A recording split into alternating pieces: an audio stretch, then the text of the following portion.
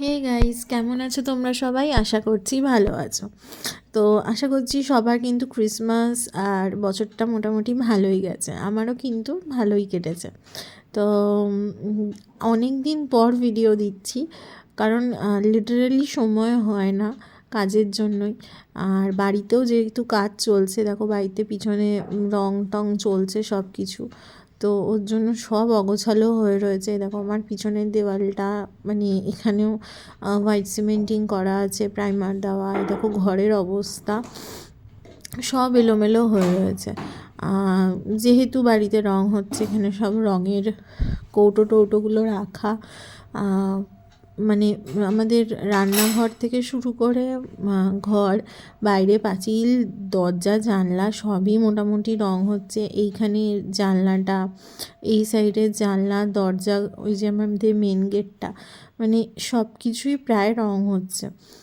আর রান্নাঘরের জানলাগুলো, আর আমার রুমেও এই জানলাটা রং হচ্ছে। তো যার জন্য পুরো ঘর অগোছালো, কাজও থাকে মোটামুটি অনেকটাই, আর সময় বার করা হয়ে ওঠে না ওর মধ্যে। তো যাই হোক, তো এখানে আগের দিন রাত্রিরে ব্লগটা করার পর আমি পরের দিন সকালবেলা উঠে পড়েছিলাম আর গেছিলাম এক জায়গায় একটু ঘুরতে। যেহেতু শীত পড়ে গেছে আর আমার সেভাবে এখনও অবধি শীতে কোথাও ঘুরতে যাওয়া হয়নি, তাই একটু একদিনের জন্যই প্ল্যান করলাম যে কোথাও একটু ঘুরে আসি। মানে গিয়ে স্টে করবো না, বাট একটু ঘুরে আসি, নিজেরও মাইন্ড ফ্রেশ লাগে। আশা করি তোমরাও শীতে বেশ ভালোই ঘুরছো সবাই।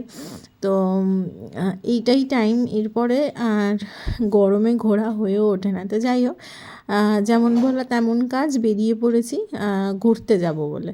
তো এখানে সকালবেলা রেডি টেডি হয়ে নিয়েছিলাম, হয়ে স্টেশনে পৌঁছে গেছিলাম।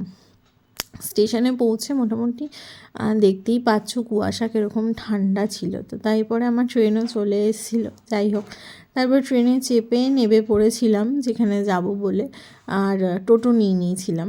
আর ভিউ তখনও অবধি আমি কিন্তু দেখছি কুয়াশা মোটামুটি পড়েই রয়েছে চারিদিকে এখনও, মানে তখন সেই টাইম অবধি ক্লিয়ার হয়নি, তখন সকাল 8টা সাড়ে 8টা এরকম বাজে।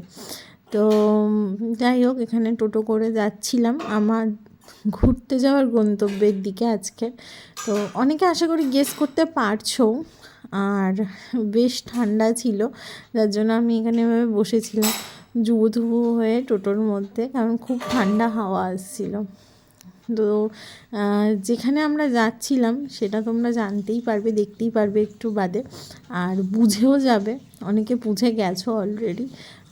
আমরা আজকে যাচ্ছিলাম হচ্ছে মায়াপুরে, সেখানে তোমরা এই লেখাটা দেখতেই পারছো। তো যেহেতু একটু কাছে, তো টুকটাক ওই একদিনের জন্য ট্যুরটা করাই যায়, মায়াপুরে বেশ ভালোও লাগে। তো এখানে আমরা গেছিলাম হুলোর ঘাটে। তো এখান থেকে আমরা লঞ্চ পার করে মায়াপুর যাব। তো যাই হোক, চলে এসেছিলাম।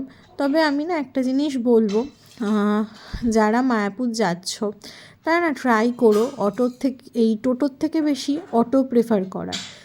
তো দাম, মানে তাহলে ভাড়াটাও একটু ঠিকঠাকভাবে পাবে তোমরা। তো যাই হোক, এখানে লঞ্চে উঠে পড়েছিলাম আর আমি একটু ক্যাট দিচ্ছিলাম, নিয়ে একটু ফটো ভিডিও করছিলাম। তারপরে মায়াপুরে নামার পরই যেহেতু খুব খিদে পেয়ে গেছিলো, আমরা পিটাই পাওয়াটা খেয়েছিলাম ওখানে। মায়াপুরে একটু জিনিসের দাম বেশি। তো যাই হোক, তারপরে খাওয়ার পর যখন মন্দিরের দিকে যাচ্ছিলাম, তো রাস্তাতে এই একটা মন্দির দেখলাম যেখানে হনুমানজি আর ভেতরে রাধাকৃষ্ণ, ওই যে আলোতে তোমরা দেখতে পাচ্ছ মূর্তি ছিল। প্রণাম করে আমরা যাওয়ার পথে আরেকটা জায়গা ঘুরলাম, সেটা ছিল একটা সমাধিস্থল। তো মানে দুজন বৈষ্ণবের স্মৃতির উদ্দেশ্যে তৈরি ছিল, বেশ সুন্দর ছিল আশ্রমটা। আর ওখানে যাওয়া না মাত্র আমাকে তিলক পরিয়ে দেওয়া হয়েছিল। তো যাই হোক, এটা ছিল সমাধি মন্দিরটা। তো আর ভেতরটা একটা পুরোটাই আশ্রম, এখানে আশ্রমের লোকজনই থাকে, সাধারণ মানুষের থাকার কোনো ইয়ে নেই। আর উল্টো দিকেই একটা রাধাকৃষ্ণর মন্দির ছিল, কিন্তু ফটো ভিডিও করা জানোই বারণ ওখানে। তো আর এটা না, ভেতরে গার্ডেনটা ছিল খুব সুন্দর মেনটেন করে, পরিষ্কার করে রাখা ছিল, দেখতে কিন্তু বেশ ভালোও লাগছিল।